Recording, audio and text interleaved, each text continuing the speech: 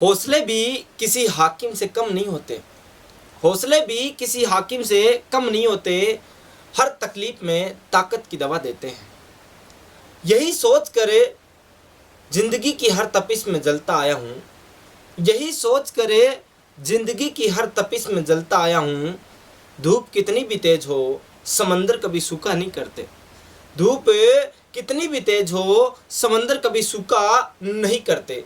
इसी मोटिवेशनल क्यूटोज के साथ मैं मूलचंद प्रजापति आपका इस यूट्यूब प्लेटफॉर्म मिशन उत्कर्ष पे आप सभी दोस्तों का हार्दिक स्वागत, हार्दिक अभिनंदन करता हूं। और इस सेशन में अपन बात करते हैं राजस्थान के इतिहास विषय को लेकर। और राजस्थान के इतिहास विषय में अपना जो टॉपिक चल रहा था वो चल रहा था राजस्थान का प्राचीनतम इतिहास। और राजस्थान के प्राचीनतम इतिहास की मैं बात करूं तो राजस्थान के प्राचीनतम इतिहास में इतिहास को जानने के प्रमुख स्रोतों पर अपन चर्चा कर रहे थे।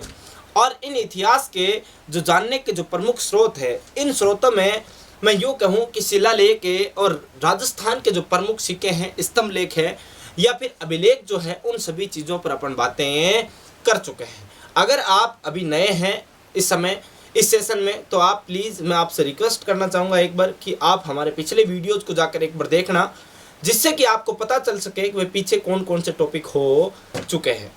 आज अपन इस सेशन में एक नए टॉपिक को लेकर बात करेंगे और वो है राजस्थान के प्रमुख पुरातात्विक स्थल, या फिर मैं यूं कहूं कि राजस्थान की प्रमुख सभ्यताएं।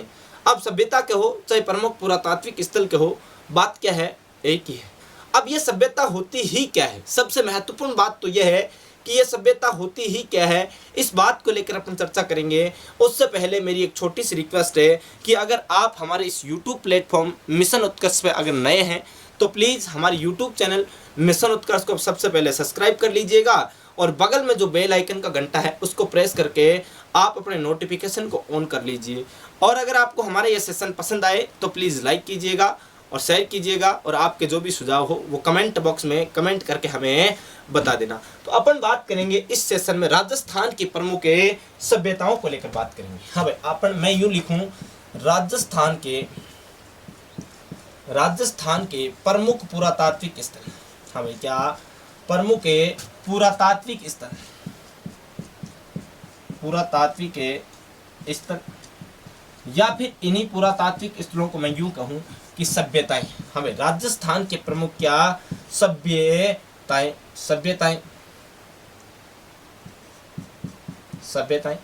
अब ये सभ्यता होती क्या है, सबसे महत्वपूर्ण बात तो यही है कि भाई जब राजस्थान की प्रमुख सभ्यताओं पर अपन अध्ययन कर रहे हैं तो सबसे पहले अपने को जानकारी इसी बात की होनी चाहिए कि भाई ये सभ्यता क्या होती है। तो एक साधारण से एक छोटे से एग्जाम्पल के माध्यम से मैं आपको बताना चाहूँगा कि भाई ये सभ्यता होती क्या है।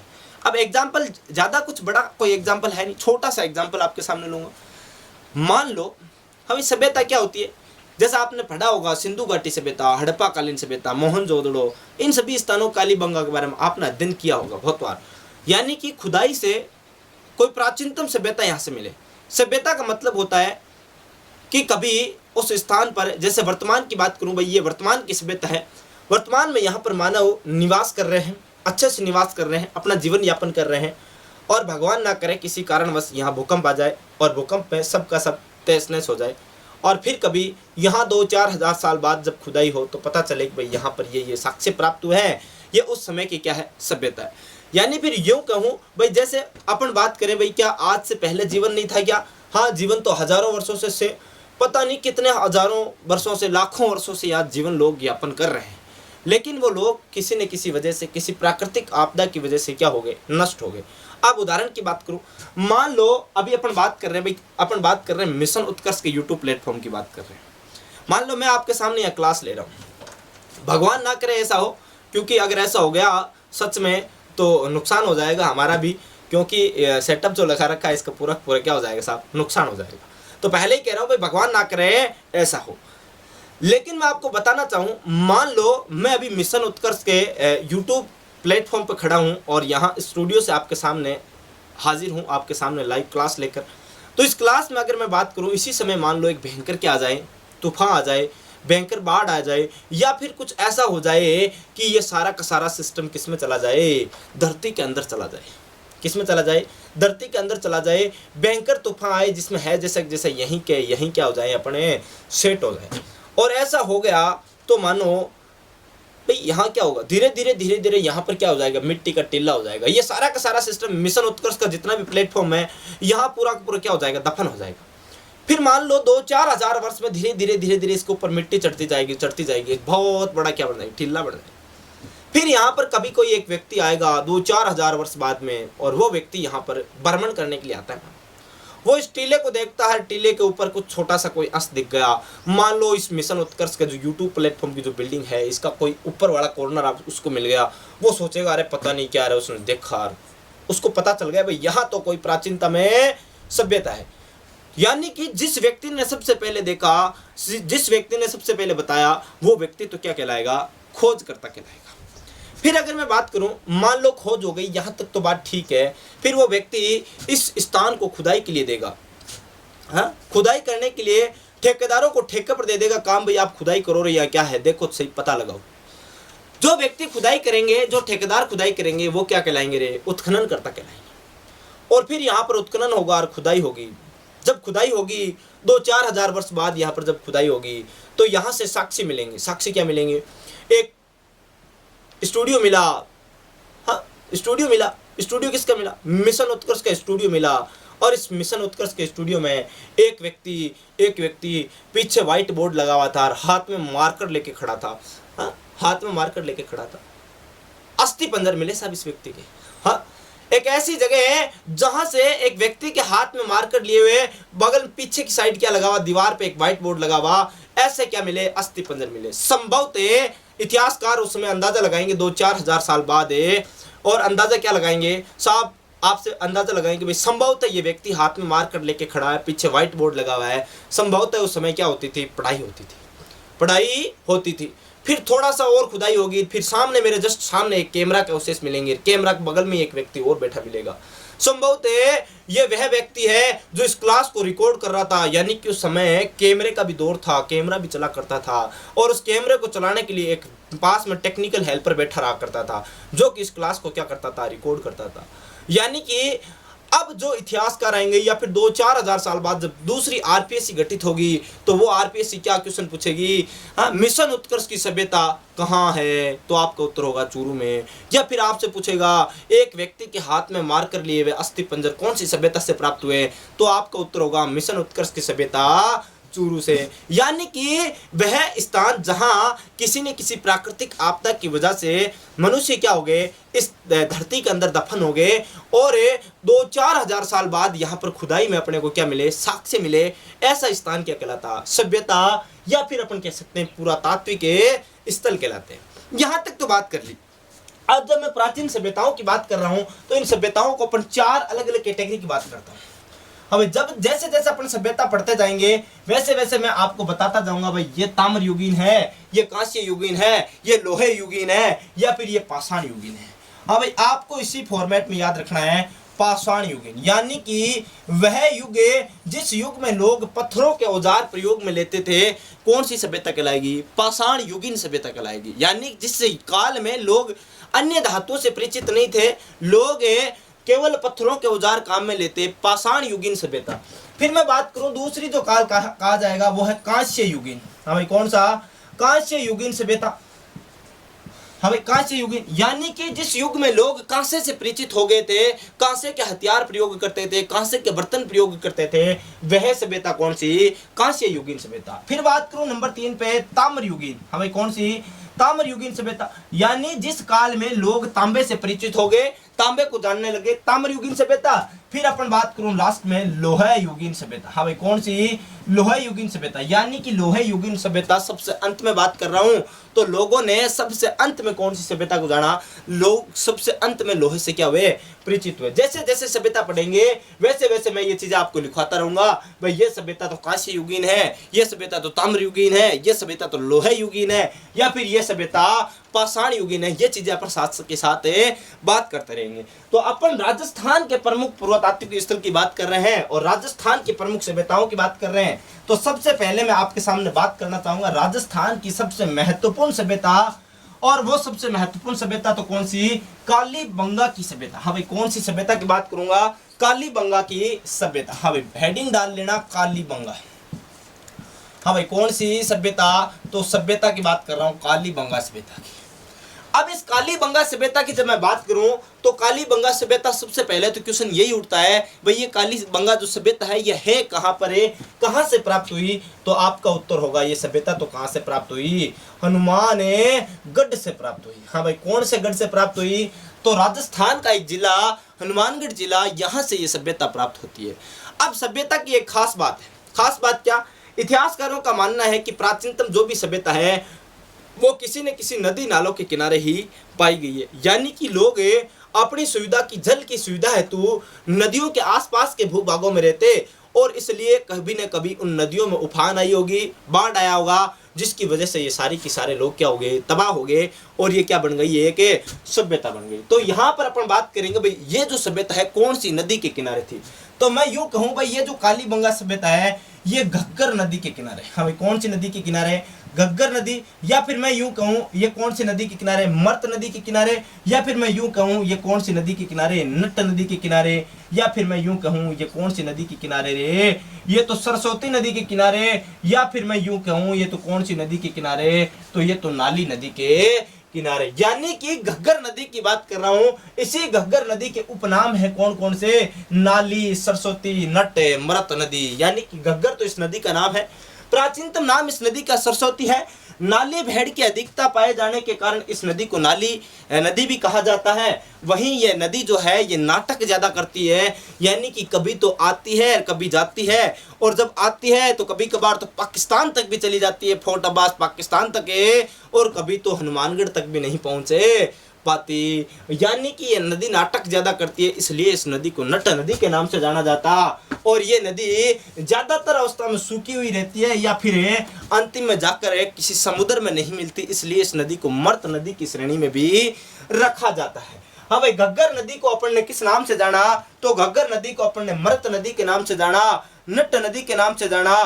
तो अपन ने इसी नदी को और किस नाम से जाना? सरस्वती नदी के नाम से भी जान लिया। अब मैं बात करूं भाई, ये जो कालीबंगा है इसका शाब्दिक अर्थ क्या है, या फिर इस सभ्यता की सर्वप्रथम जानकारी किसने दी? मैं बात करूं इस कालीबंगा जो है सभ्यता है इसका शाब्दिक अर्थ क्या है? ये जो कालीबंगा शब्द मैंने लिखा, इस कालीबंगा शब्द का शाब्दिक अर्थ क्या है? हाँ भाई, शाब्दिक अर्थ क्या है? इस कालीबंगा का मतलब क्या है? तो इस कालीबंगा का शाब्दिक अर्थ है काले रंग की चूड़ियां। हाँ भाई, कौन से रंग की चूड़ियां? काले रंग की चूड़ियां। जैसे अपन पढ़ेंगे भाई पीली बंगा, तो पीले रंग की चूड़ियां उसका शाब्दिक अर्थ है। वहीं यहाँ पर काली बंगा का शाब्दिक अर्थ है काले रंग की चूड़ियां।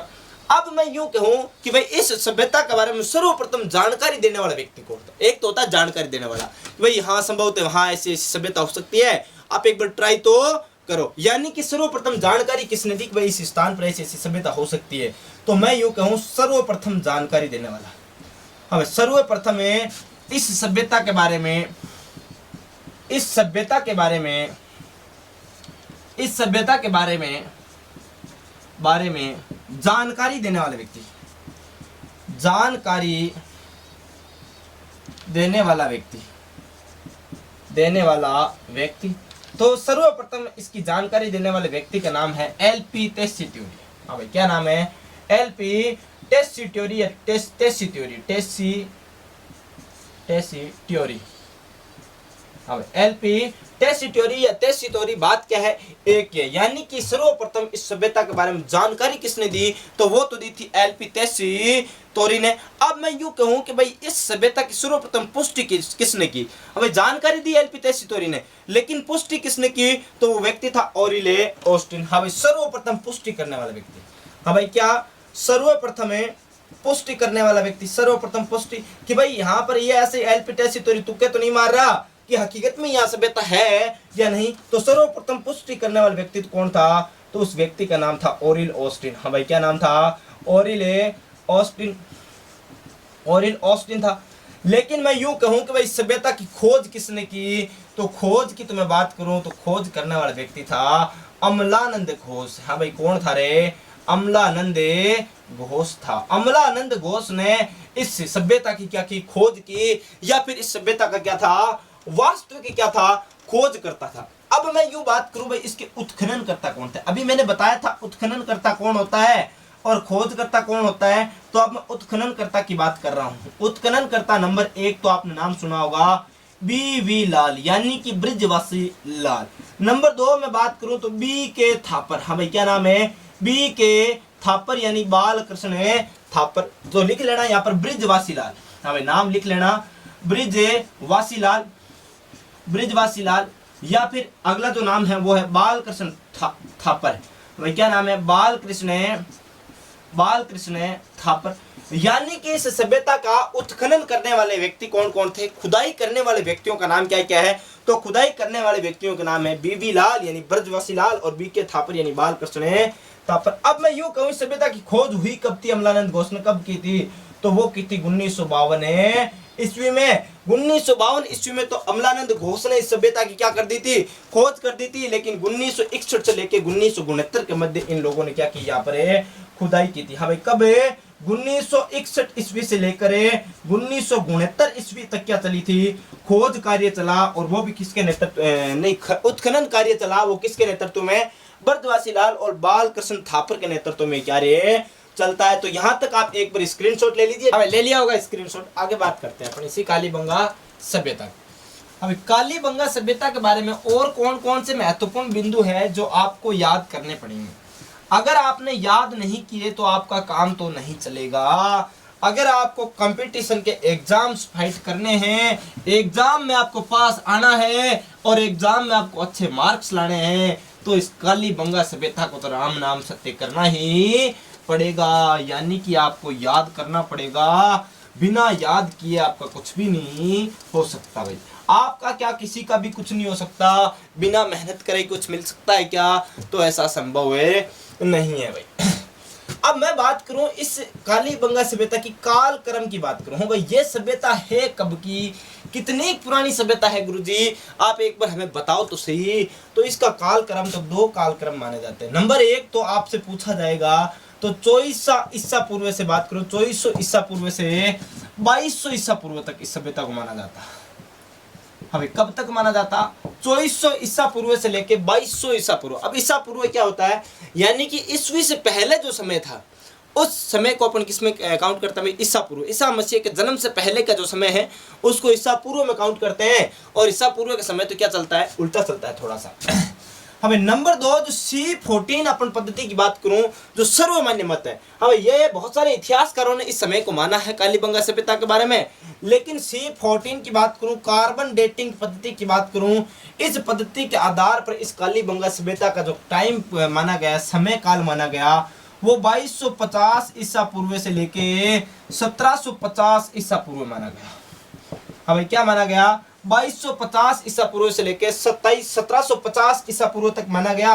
कहीं कहीं पर ये C14 का आपको ये भी मिल सकता है, 2200 ईसा पूर्व से लेके 1700 ईसा पूर्व भी मिल सकता है। दोनों ही एक ही बात है। आपको तो ऑप्शन पे नजरें गड़ा कर रखनी है। ऑप्शन क्या कहता है, अगर ऑप्शन में 2250 से 1750 ईसा पूर्व है तो आपका पहला उत्तर तो होगा 2250 से 1750। अगर ऑप्शन में ये नहीं है 2250 वाला, तो 2200 से 1700 ईसा पूर्व है। अगर वो भी नहीं तो आपका उत्तर होगा 2400 से लेके 2200 ईसा पूर्व के मध्य इस सभ्यता का क्या हुआ था, जन्म काल था। इस टाइम काल में ये सभ्यता फली फूली थी। सही। अब बात करूं, यहां तक तो बात कर ली भाई, ये सभ्यता का टाइम था। गुरुजी सभ्यता के विनाश का कारण क्या था। हाँ भाई, ये सभ्यता विनाश क्यों हो गया, इसका विनाश का कारण क्या था, क्या आपको पता है क्या, तो हाँ मुझे तो पता है। अरे मुझे कैसे पता चला, आप पूछ लोगे गुरुजी आपको कैसे पता चला कि ये सभ्यता विनाश इसी कारण से हुई थी। अरे मैं कौन होता हूँ जानने वाला, राजस्थान के महानतम इतिहासकारों ने, भारत के कुछ महानतम इतिहासकारों ने इसके जो कारण बताए हैं, वही उन्हीं कारणों का मैं आपके सामने क्या कर देता हूँ, व्याख्यान कर देता हूँ। तो नंबर 1 पर एक कारण बताया जाता है जलवायु परिवर्तन। हाँ भाई, क्या बताया जाता है, जलवायु परिवर्तन। जलवायु परिवर्तन यानी कि हवा पानी कुछ ऐसी हो गई कि भाई व्यक्तियों के खिलाफ हो गई। हवा में ही जब जहर उड़ने लगे तो कौन किसको बचा सकता है। ये समय है, समय का परवाना कभी किसी के सिर से उतरता नहीं है। समय समय की तो बात है, पता नहीं कब क्या हो जाए, पता नहीं कब ऐसी हवा चल जाए जिस हवा में क्या हो, जहर हो। दोस्तों, ऐसा समय कभी भी आ सकता है। और ऐसा ही कुछ कहा, जलवायु परिवर्तन का जो कारण बताया, वो जलवायु परिवर्तन का कारण बताया अमलानंद घोष ने। हाँ भाई, किसने बताया? इस सभ्यता के खोजकर्ता अमलानंद घोष ने ये कारण क्या बताया? जलवायु परिवर्तन इसका कारण है बताया। लेकिन वहीं एक इतिहासकार है डेल से, जो कहते हैं कि नदियों के मार्ग में क्या हो गया? परिवर्तन हो गया। हाँ भाई, क्या हुआ रे? नदियों के मार्ग में परिवर्तन, नदियों के मार्ग में परिवर्तन है, और इसी वजह से इस सभ्यता का क्या हो गया? विनाश। और ऐसा बताने वाला व्यक्ति कौन है? तो ऐसा बताने वाला व्यक्ति इतिहासकार डेल्स है। हाँ भाई, कौन है? इतिहासकार डेल्स है। मान लो यहाँ से एक नदी बह रही है, और इस नदी के चारों ओर यहाँ कुछ लोग निवास कर रहे हैं, इधर लोग निवास कर रहे हैं। ये नदी यहाँ बहती बहती इधर आ गई, तो निश्चित रूप से यहाँ के लोगों का क्या होगा? विनाश होगा। इधर आ गई तो इधर के लोगों का क्या होगा? विनाश होगा। ऐसा कारण बताया कि नदियों के मार्ग में अचानक से परिवर्तन हुआ, और परिवर्तन होने की वजह से भयंकर बाढ़ आ गई, और इस बाढ़ की वजह से इन लोगों का क्या हो गया? तबाह हो गया। तो ऐसा कारण बताया किसने? इतिहासकार डेल्स ने। लेकिन एक इतिहासकार और आते हैं, KUR। हाँ, KUR की बात करूं, KUR केनेडी जो है, ये कुछ अलग ही कारण बताते हैं। ये कारण क्या बताते हैं? संक्रामक रोगों को कारण बताते हैं। हाँ भाई, कारण बताते हैं संक्रामक रोग। संक्रामक रोग का मतलब होता है, हमें क्या होता है संक्रामक रोग का? सबका जान, अब तो सभी जान चुके होंगे ना। क्या बताया? KUR केनेडी साहब ने बताया कि ये सभ्यता का विनाश होने का प्रमुख कारण है संक्रामक रोग। अरे जैसे वर्तमान में कोरोना चल रहा है, ये कोरोना संक्रामक रोग ही तो है। एक व्यक्ति से दूसरे व्यक्ति में फैल जाता है, हाथ लगाने से ही फैल जाता है, छींकने से भी फैल जाता है। इसी प्रकार उस समय भी कोई एक संक्रामक रोग हुआ होगा, और इस संक्रामक रोग की चपेट में आकर सभी के सभी लोग क्या हो गए? नष्ट हो गए। चिकित्सीय व्यवस्था इतनी उचित थी नहीं, इसलिए हो सकता है ये लोग संक्रामक रोग की वजह से क्या हो गए? खत्म हो गए। तो एक बार यहाँ तक स्क्रीनशॉट ले लीजिए, फिर अपन बात करेंगे कालीबंगा सभ्यता कुछ और महत्वपूर्ण बिंदुओं पर। ले लिया होगा स्क्रीनशॉट। आगे की ओर मैं बात करूं भाई, यहाँ तक बात हो गई काल क्रम क्या है सिंधु घाटी सभ्यता का, ये अपन ने बात कर ली। और इस सभ्यता के विनाश का कारण क्या है, ये अपन ने बात कर ली है। इस सभ्यता का उत्खनन किसने किया, इस सभ्यता की खोज किसने की, सर्वप्रथम जानकारी किसने दी, इन सभी बिंदुओं पर अपन क्या कर चुके? चर्चा कर चुके हैं। ये सभ्यता स्थित तो कहाँ? तो ये सभ्यता तो हनुमानगढ़ में स्थित है। कहाँ स्थित है? हनुमानगढ़ में स्थित है। और ये सभी जानकारी अपन ने अब तक कलेक्ट कर ली है। अब मैं आपको 3 बिंदु नोट करवा रहा हूँ। हाँ भाई, कितने बिंदु? 3 बिंदु। तीनों बिंदु एज इट इज अपनी नोटबुक में नोट कर लेना। बहुत ही महत्वपूर्ण बिंदु है, और बहुत बार एग्जाम में इन बिंदुओं से क्वेश्चन पूछा भी गया है भाई। नंबर 1 बिंदु क्या? कालीबंगा सभ्यता को। हमें कौन सी सभ्यता की बात कर रहे हैं? कालीबंगा सभ्यता।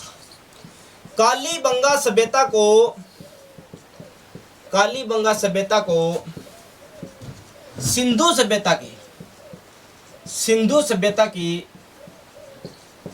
सभ्यता की तीसरी राजधानी कहा। हमें क्या कहा? तीसरी राजधानी कहा। अब ये कहा तो किसने कहा? तो राजस्थान के एक इतिहासकार डॉक्टर दशरथ शर्मा। अब किसने कहा? डॉक्टर दशरथ शर्मा ने कहा। डॉक्टर दशरथ शर्मा ने ये कहा कि ये तो सिंधु सभ्यता की क्या है रे? तीसरी राजधानी है। यानी सिंधु घाटी जो सभ्यता है, इस सिंधु घाटी सभ्यता की तीसरी राजधानी के रूप में वर्णन किया। कौन सी सभ्यता का? कालीबंगा सभ्यता का। नंबर 1 स्थान जो राजधानी बताई वो हड़प्पा को बताया। तो नंबर 2 जो राजधानी बताई वो मोहनजोदड़ो को बताया गया। तो नंबर 3 जो राजधानी बताया वो किसको बताया? कालीबंगा को बताया। अगला जो महत्वपूर्ण पॉइंट क्या, इस कालीबंगा सभ्यता पर की बात करूं तो कालीबंगा सभ्यता पर, हाँ कालीबंगा सभ्यता पर 1961 में, हाँ भाई कब की बात कर रहा हूं? 1961 ईस्वी की बात करूं तो 1961 ईस्वी में 90 पैसे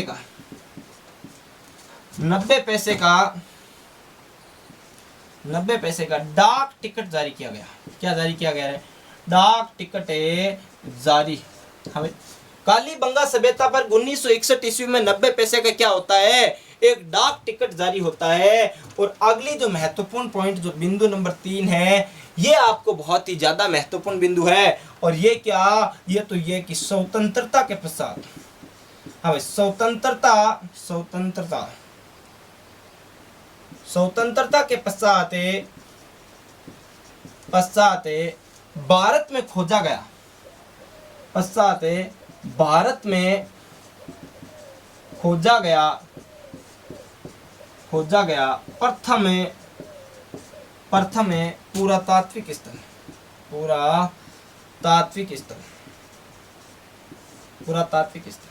तो ये पुरातात्विक स्थल कौन सा?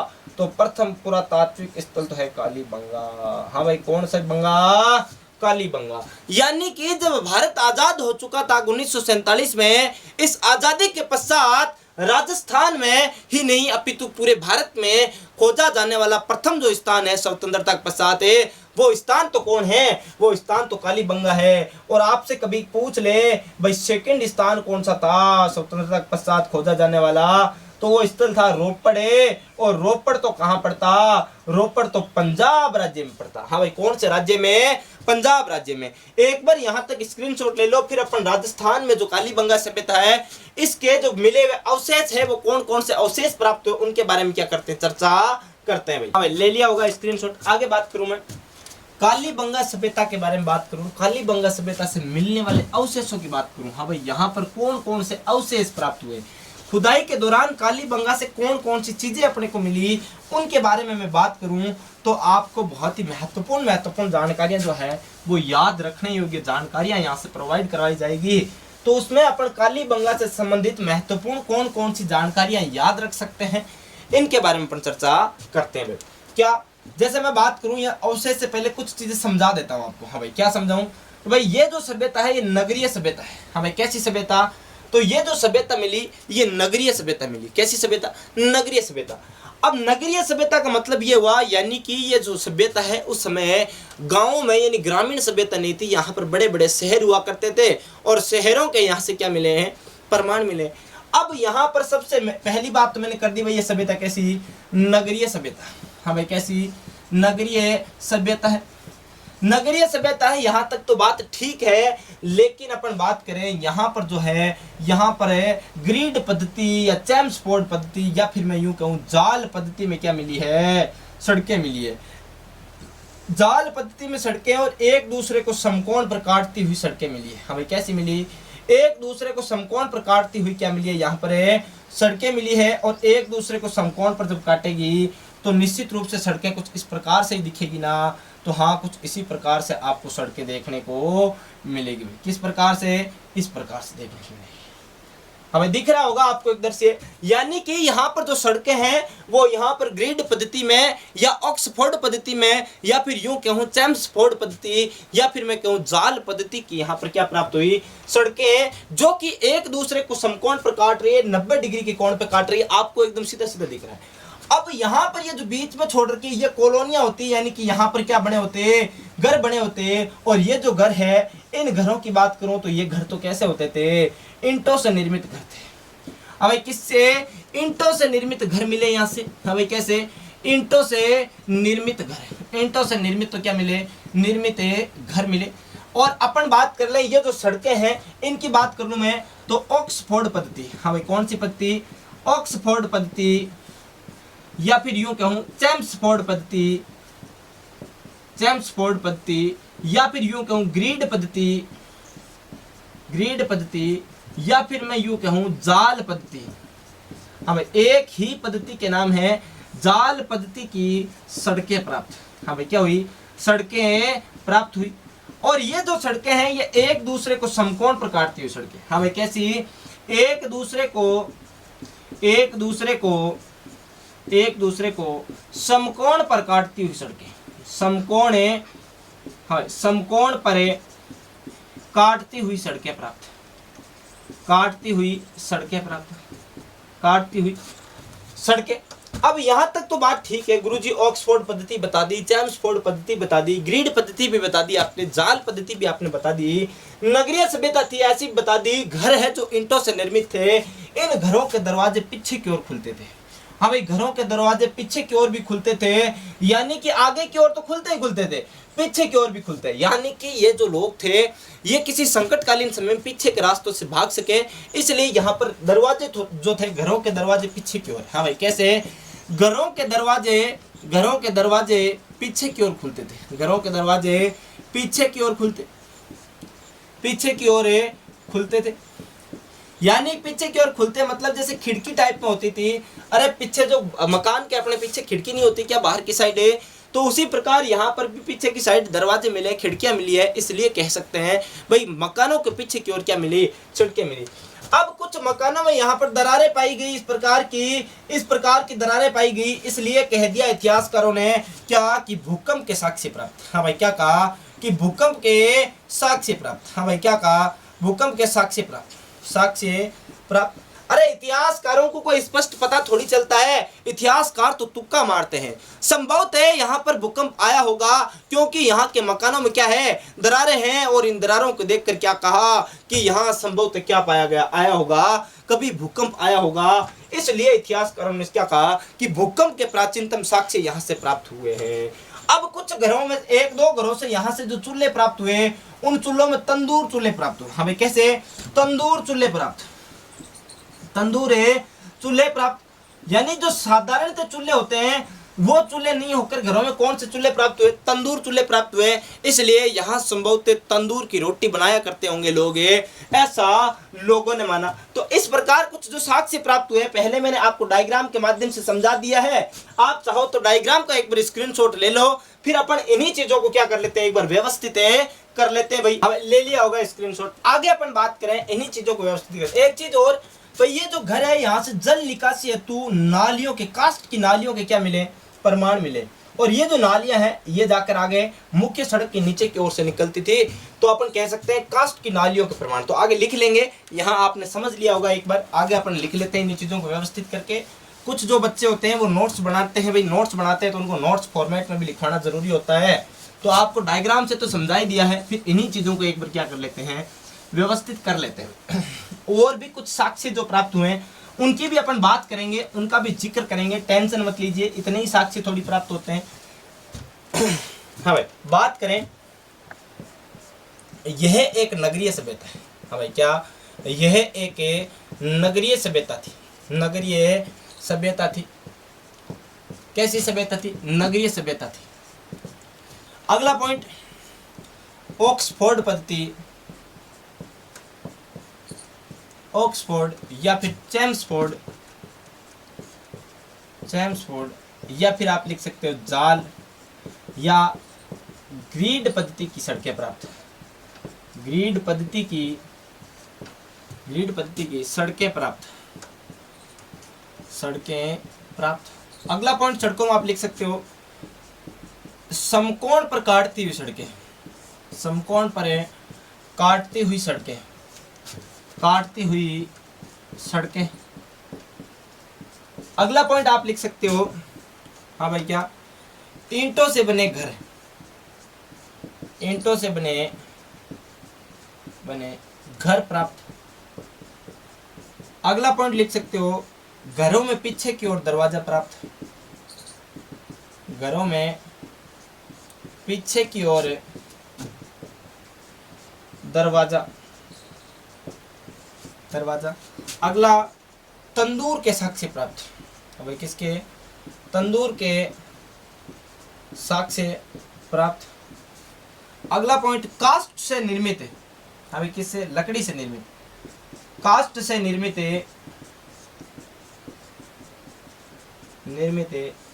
जल निकासी हेतु,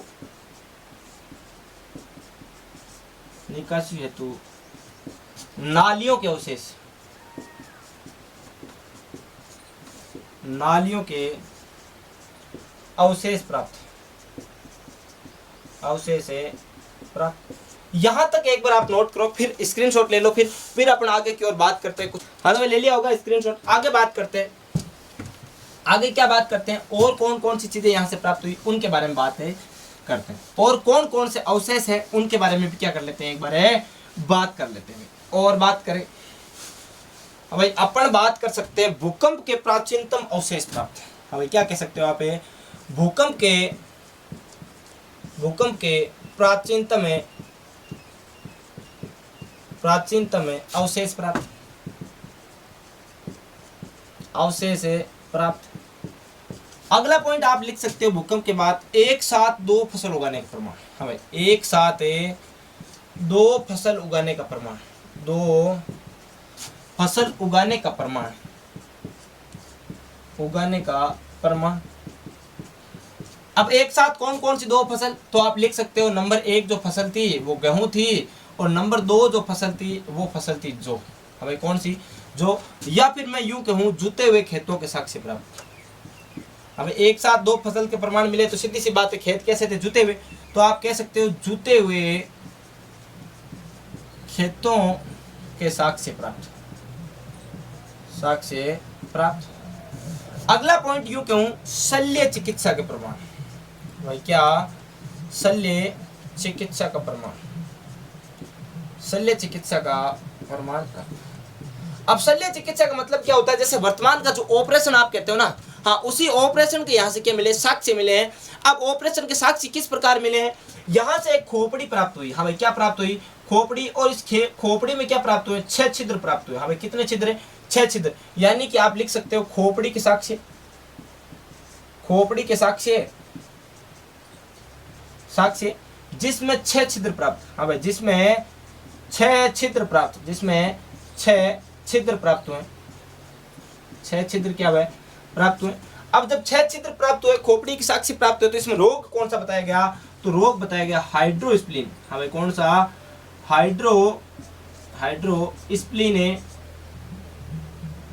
हाइड्रोस्प्लीने रोग के प्रमाण, रोग के प्रमाण, यानी कि यह हाइड्रोस्प्लीन कोई संक्रामक रोग के यहाँ से अवशेष मिले हैं, और संभवतः इसी रोग का इलाज ऑपरेशन के माध्यम से किया जा रहा था, ऐसे यहाँ पर इतिहासकारों ने क्या लगाया, अंदाजा लगाया है। और अन्य कौन से अवशेष प्राप्त हुए हैं और भी उनके बारे में बात करते हैं। पहले इसका स्क्रीनशॉट ले लीजिए, ले लिया होगा स्क्रीनशॉट, आगे बात करूं। हाँ, यहाँ तक अगर बात कर ली तो अब अपन बात करते हैं कुछ अन्य अवशेषों की बात करते हैं। हमें कालीबंगा से और क्या क्या सभ्यता, इस सभ्यता से और क्या क्या अवशेष अपने को प्राप्त हुए। भाई कालीबंगा सभ्यता बहुत बड़ी सभ्यता है, वैसे बहुत सारे अवशेष प्राप्त हुए, लेकिन अपने को सभी अवशेष जानकर थोड़ी अपने को यहाँ कोई महारत हासिल थोड़ी करनी है, अपने को कोई कालीबंगा में पीएचडी तो करनी नहीं। अपने को तो उन चीजों का ज्ञान होना चाहिए जो कि एग्जाम की दृष्टि से बहुत ही महत्वपूर्ण हो, और उन्हीं बिंदुओं की बात करते हैं। बाकी ये एक सभ्यता है, पूरी पूरी सभ्यता मिली है, तो यहाँ से लाखों चीजें मिली है, उन सभी चीजों का तो अपन अध्ययन कर नहीं सकते। जो महत्वपूर्ण है उनकी बात करूँ तो अन्य आप लिख सकते हो भाई, क्या, अन्य अवशेष। अन्य अवशेषों में क्या क्या, जैसे नंबर 1 में यहाँ पर एक बात करूं, एक चीज की सील बट्टा। हमें क्या प्राप्त हुआ यहाँ से, सील बट्टा।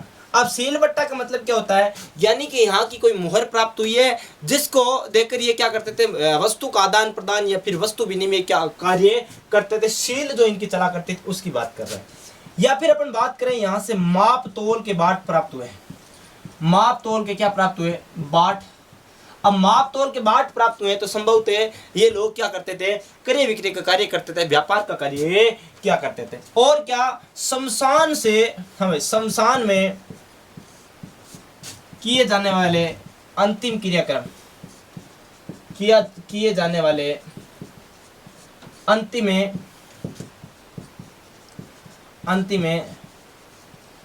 क्रियाक्रम की जानकारी, क्रियाक्रम की क्या मिलती है अपने को, जानकारी मिलती है।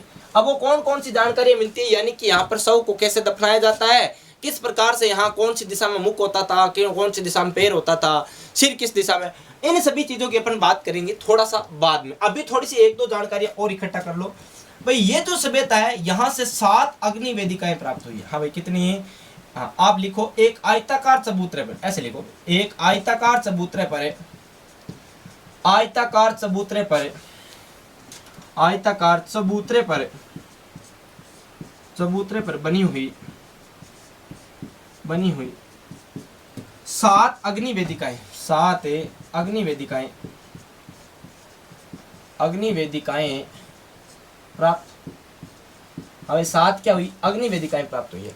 अग्नि वेदिकाओं का मतलब ये होता है, या तो इनमें यह हवन किया करते थे, या फिर यहाँ पर संभवतः पशु बलि दी जाती थी, या संभवतः यहाँ नर बलि भी दी जाती होगी, लेकिन यहाँ पर अग्नि वेदिकाएं प्राप्त हुई है। अब किया क्या जाता था इसका, तो या तो वो कालीबंगा वाले लोग जाने या भगवान जाने भाई, अपने तो अपने को तो इतना याद रखना, 7 अग्नि वेदिकाओं के साक्ष्य कौन सी सभ्यता से प्राप्त हुए, तो कालीबंगा सभ्यता से क्या होते हैं, इसके साक्ष्य प्राप्त होते हैं। अगली चीज, यहाँ पर कुत्ते के बहुत साक्ष्य मिले, इसलिए अपन कह सकते हैं सबसे प्रिय जानवर। हाँ भाई, कालीबंगा के जो व्यक्ति थे इनका सबसे प्रिय जानवर कौन सा था? सबसे प्रिय जानवर की बात करूं तो इनका सबसे प्रिय जानवर था कुत्ता। हाँ भाई, कौन था रे? कुत्ता था। कौन है? कुत्ता। अगली एक और महत्वपूर्ण बात करूं भाई, ये जो सभ्यता है, इस सभ्यता का आप यूं कह सकते हो, उपनाम कह सकते हो, या फिर इसी में अवशेष में लिखना तो गलत है, आप यहाँ पर लिख लो उपनाम, या फिर इसको जो दी गई सारांश है वो क्या है कि भाई इस सभ्यता को दीनहीन सभ्यता कहा गया। इस सभ्यता को दीनहीन सभ्यता कहा गया। क्या कहा गया है? दीनहीन सभ्यता कहा गया। सभ्यता कहा गया। क्यों कहा गया? क्योंकि इस कालीबंगा में अलग अलग किस्म के, कुछ लोग तो धनवान किस्म के व्यक्ति थे, संभवतः उनका घर जो ऊंचे ऊंचे बंगले थे, दुर्ग जो प्राप्त हुए, यानी कि ये लोग तो धनवान कैटेगरी के थे, लेकिन बहुत सारे जो लोग थे वो गरीब कैटेगरी से बिलोंग करते थे, जिनके पास रहने के लिए ढंग से घर भी नहीं था। इसलिए सभ्यता को किस सभ्यता के नाम से जाना? दीनहीन सभ्यता के नाम से जाना। अब इस सभ्यता की खुदाई की बात करूं तो इस सभ्यता की खुदाई हुई 5 स्तर में। हाँ भाई, उत्खनन 5 स्तर में उत्खनन, इस सभ्यता का 5 स्तर में उत्खनन, 5 स्तर में उत्खनन। कितने स्तर में? 5 स्तर में उत्खनन कार्य हुआ। अब वैसे तो 9 स्तरों में इनका उत्खनन कार्य हुआ है, लेकिन आपको मोटा मोटी जो महत्वपूर्ण जो है वो 5 ही स्तर याद रखने हैं। बाकी अगर संपूर्ण कार्य की बात करूं कालीबंगा की, तो अभी तक 9 स्तर इसके आ चुके हैं, लेकिन आपको कितने याद रखने? 5 स्तर याद रखने, 5 स्तर में उत्खनन कार्य। अब 5 स्तरों में नंबर 1 स्तर और नंबर 2 स्तर की बात करूं, हमें 1 स्तर और 2 स्तर, ये पूर्व हड़प्पा कालीन सभ्यता का अवशेष प्राप्त। हाँ भाई, यहां से क्या हुए? पूर्व हड़प्पा कालीन सभ्यता का अवशेष, हड़प्पा कालीन सभ्यता का अवशेष प्राप्त। हड़प्पा कालीन सभ्यता के अवशेष प्राप्त हुए, अवशेष प्राप्त। हाँ भाई, हुआ क्या? यहाँ अगर बात करूं पूर्व हड़प्पा कालीन की बात, मतलब हुआ हुआ यानी हड़प्पा से भी पहले की जो सभ्यता है उनके यहाँ से क्या हुए? 2 स्तरों में अवशेष प्राप्त हुए। लेकिन यहाँ बात करूं तीसरा, चौथा और 5वां जो स्तर है, हमें क्या तीसरा स्तर, चौथा स्तर या फिर 5वां स्तर की बात करूं तो यहाँ से जो साक्ष्य प्राप्त हुए वो हड़प्पा कालीन साक्ष्य प्राप्त। हमें कैसे? हड़प्पा कालीन साक्ष्य प्राप्त, हड़प्पा कालीन साक्ष्य प्राप्त। और इसके बाद भी जो 4 स्तर हो रहे हैं उनमें भी हड़प्पा कालीन क्या मिले? साक्ष्य मिले, हड़प्पा कालीन साक्ष्य प्राप्त। इसलिए इस सभ्यता को हड़प्पा कालीन सभ्यता के नाम से जाना जाता है। तो ये थे कुछ महत्वपूर्ण अवशेष है। अब अपन जानेंगे भाई इनकी जो शमशान में किए जाने वाले अंतिम क्रियाक्रम थे, यानी कि शव को दफनाने की जो विधियां हैं उनके बारे में जानकारी इकट्ठा करेंगे। पहले इसका स्क्रीनशॉट ले लीजिए भाई, तो ले लिया होगा स्क्रीनशॉट। अब अपन बात करें शव दफनाने के जो अवशेष है उनकी बात कर लेते हैं। भाई बात करूं क्या? शव दफनाने के प्रकार, किसकी बात कर रहे हैं अपन? शव दफनाने के प्रकार, यानी कि जो शमशान में अंतिम क्रियाक्रम किया जाता था उसमें शव को किस प्रकार दफनाया जाता। अब कुछ लोग ऐसे भी पूछ सकते हैं, गुरुजी क्या शव दफनाने के अवशेष प्राप्त हुए, क्या जलाने के अवशेष प्राप्त नहीं हुए क्या? तो हाँ, जलाने के अवशेष प्राप्त नहीं हुए, हो सकता है यहाँ पर शवों को जलाया भी जाता होगा, लेकिन अपने को तो अवशेष प्राप्त नहीं हुए, इसलिए अपन क्या कहेंगे? अवशेष नहीं प्राप्त हुए, तो अपन शव केवल दफनाने की बात करेंगे। तो आप लिख सकते हो शव दफनाने के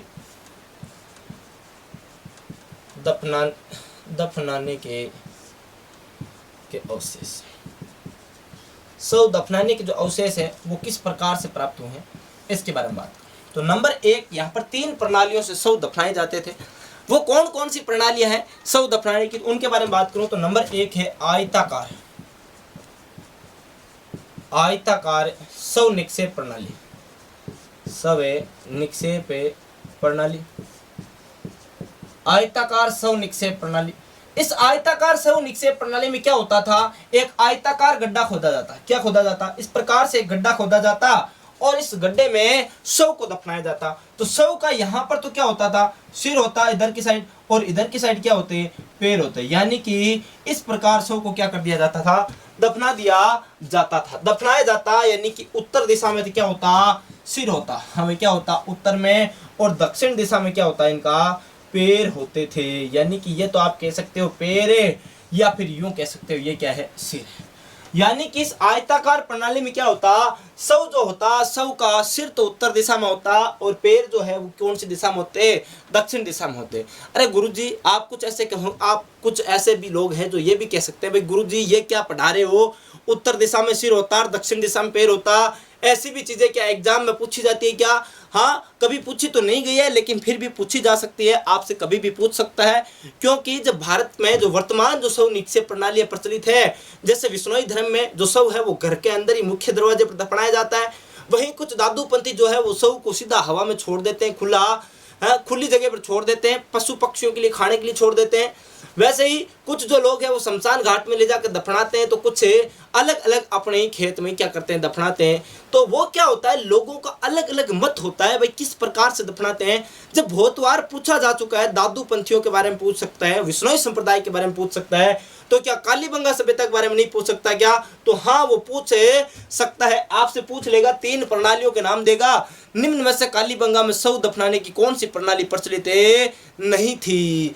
फिर आप क्या करोगे रे, 1 नंबर गया ना आपका माइनस में, इसलिए पढ़ लो आराम से। नंबर 1 आयताकार शव निक्षेप प्रणाली, और नंबर 2 यूं कहूं, भाई क्या नंबर 2 लिख सकते हो आप, कौन सी, वर्ताकार या अंडाकार।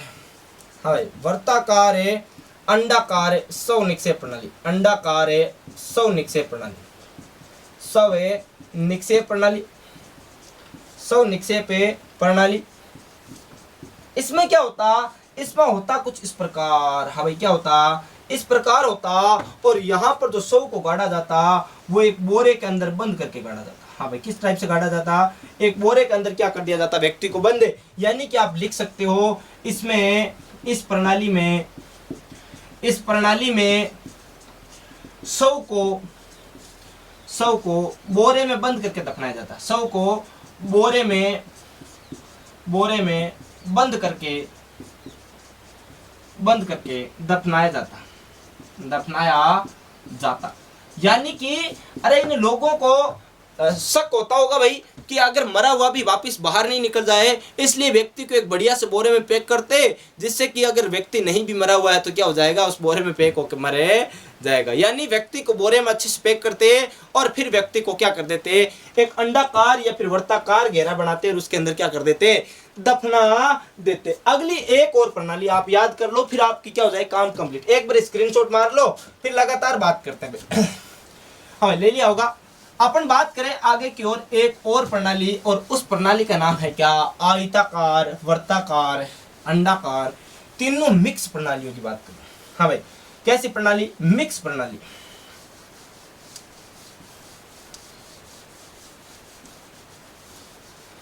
हाँ भाई, मिक्स प्रणाली कैसे, कि एक गड्ढा खोदा जाता। अपन पहले तो प्रणाली की बात करें, आयताकार, वर्ताकार,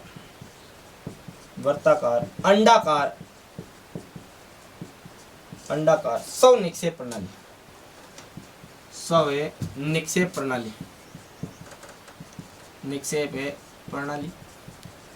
अब इसमें क्या होता, इसमें मानो पहले कुछ इस प्रकार से गड्ढा खोदा जाता, वही किस प्रकार से, इस प्रकार से, और फिर इसके ऊपर कुछ इस प्रकार से गड्ढा खोदा जाता, किस प्रकार से, इस प्रकार से। अभी किस प्रकार से, इस प्रकार से गड्ढा। यानी कि नीचे से वर्ताकार है, ऊपर से क्या है, आयताकार है, नीचे से अंडाकार भी है, वर्ताकार भी है, और किसा ऊपर से क्या, आयताकार। इसमें क्या होता है, यहाँ पर शव को दफनाया जाता। हाँ भाई, क्या किया जाता, यहाँ शव को दफना दिया, ये लो, ये शव को दफना दिया, ये शव है, और इस शव को दफनाने के बाद इसके पास यहाँ पर क्या रखते, खाद्य सामग्री रखते। अरे क्या रखते, खाद्य सामग्री, या फिर आप यूं कहूं आभूषण, या फिर यूं कहूं मर्त व्यक्ति की प्रिय वस्तु। हाँ भाई, क्या, मर्त व्यक्ति की प्रिय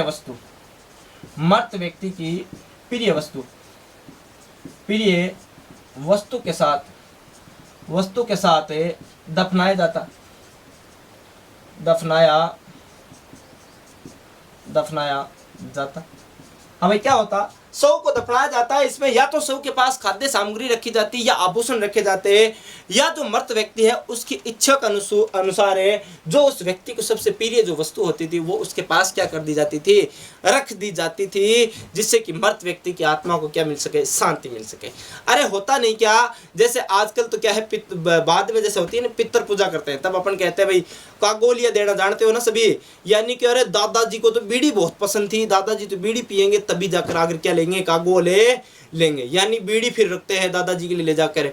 या फिर दादाजी तो शराब बहुत पीते थे, दारू बहुत पसंद थी दादाजी को, दादाजी के लिए क्या रखें, दारू रखें, तो दादाजी क्या आएंगे, कागोल लेने आएंगे साहब। उसी प्रकार अगर व्यक्ति शराब पीता तो उसके पास शराब की बोतल रखी जाती, व्यक्ति अगर आम अमरूद सेव फल फ्रूट खाता तो उसके पास फल फ्रूट रखा जाता, और व्यक्ति अगर कुछ खाद्य पदार्थ यानी मिठाई में कुछ पसंद करता तो उसके पास मिठाई रखी जाती।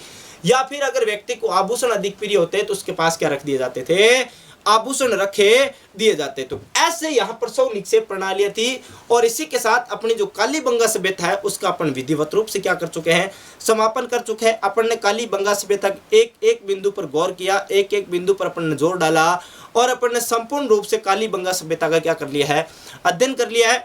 अब अपन जो अगली जो सभ्यता है, जैसे अपन रंग महल की बात करेंगे, पीलीबंगा की बात करेंगे, आहट सभ्यता की बात करेंगे, गणेश्वर सभ्यता की बात करेंगे। हाँ, इसी प्रकार जो राजस्थान की जितनी भी महत्वपूर्ण सभ्यताएं हैं उन सभी सभ्यताओं की अपन बात करेंगे अपने नेक्स्ट एपिसोड में। तो आज के लिए हम इतनी बात करेंगे, मिलते हैं एक नए एपिसोड के साथ और नए जोश के साथ और दूसरी क्लास में। तो आज के लिए इतना ही, नमस्कार दोस्तों। फिर अब मैं बात करना चाहूँ, छोटी सी एक रिक्वेस्ट हमारी आपके साथ लास्ट में हमेशा ही होती है। तो अगर आप हमारे इस YouTube प्लेटफॉर्म मिशन उत्कर्ष के साथ नए हैं तो प्लीज़ आप हमारे YouTube चैनल को सबसे पहले सब्सक्राइब कर लीजिएगा, बगल में जो बेल आइकन का घंटा है उसको प्रेस कर लीजिएगा, और अगर आपको हमारा ये सेशन पसंद आया हो तो लाइक कीजिएगा, शेयर कीजिएगा, और आपके जो भी सुझाव हो कमेंट बॉक्स में कमेंट करके हमें बता दीजिएगा। आज के लिए इतना ही काफ़ी है, तो धन्यवाद, नमस्कार दोस्तों।